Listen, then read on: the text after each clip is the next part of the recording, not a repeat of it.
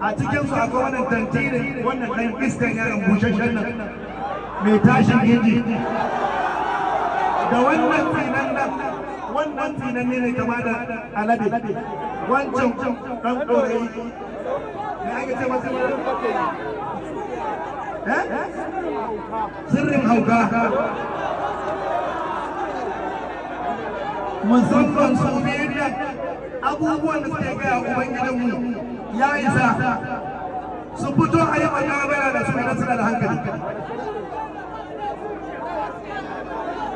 za mu fito mu kare ubangidanmu duk wanda ya taba Allah za mu taba ubansa kuma za mu kira shi mu zo mu zauna a yi karatu a yi maganar ilimi a ina ka samu wannan kalmomi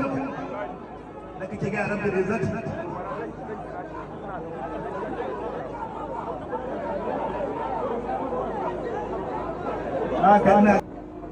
amma wannan dan ta'addan dan gidan nasu ka baya ya zo ce wai alƙalmawi ba laifi ba wai in an sufanta mutum da raƙumi wai ɗaukaka ne yabo ne na rantse da Allah duk wanda yake da mutunci yana so mu ci gaba da yana so mu ci gaba da garinsa da mutunci to ya cire bakinsa kan magana akan mutanen da suka taɓa manzala ka ce na kare su gashi nan garin kare su shi ya fada ya yi abin da ya fi na kalmari